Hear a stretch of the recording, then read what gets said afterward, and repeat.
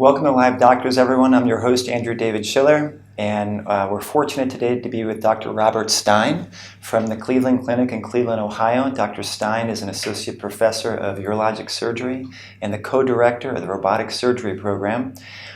He's a world-renowned expert in robotic, minimally invasive surgery, and we're here today talking about prostate cancer.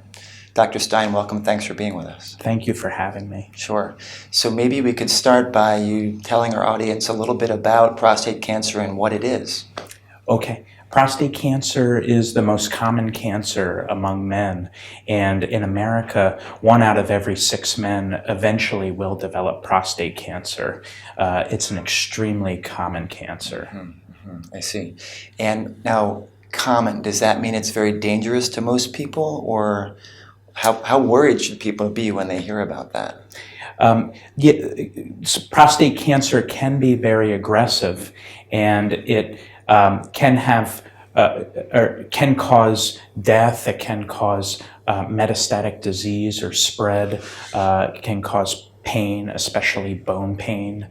So it is it can be a major problem. Some of the nicer points of prostate cancer are that it can be slow growing, and we think that that some prostate cancers are relatively, the word we use is indolent, or grow so slowly that perhaps they won't affect the lifespan of the person, that they'll have some other problem far before prostate cancer will take them. Right.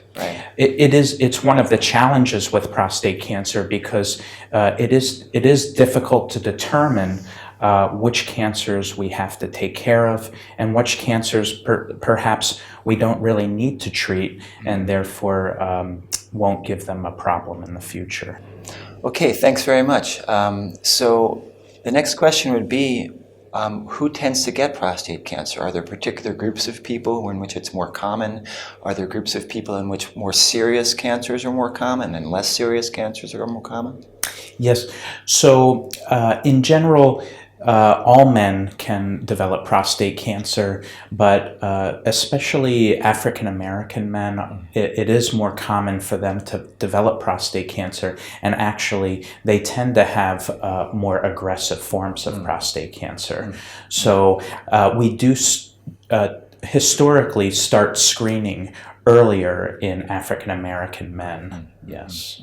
Is there anything about family history that people should know about in terms of if they've had a relative who's had prostate cancer? Does that give them more risk, or?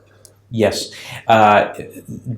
Men who have had a first-degree relative, we use that term for a father or a brother who have had prostate cancer before, we do start screening in them earlier as well, because they do tend to develop prostate cancer more commonly.